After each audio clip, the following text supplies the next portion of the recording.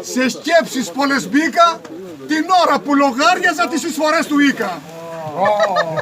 Τις εισφορές που πλήρωνα 35 χρόνια, που μάλιστα αυξήθηκαν σαν ήρθαν τα μνημόνια.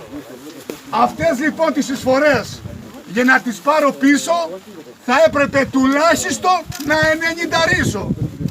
Μα αφού πολλοί υποθαίνουν εκεί γύρω στα 70, πώς έχω εγώ απέτηση να πάω 90?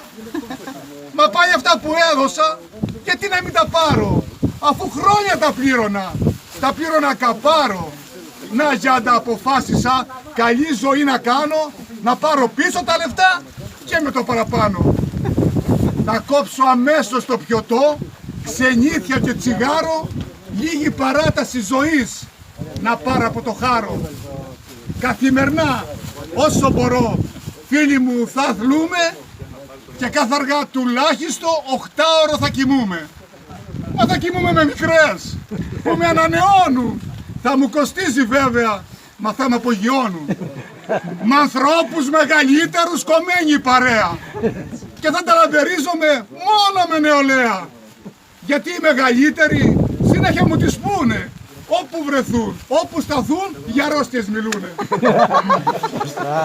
Άλλοι μιλούνε για καρδιά, άλλοι για τη χολή τους, για το προστάτη άλλοι μιλούν που έχουν στο πουλί τους.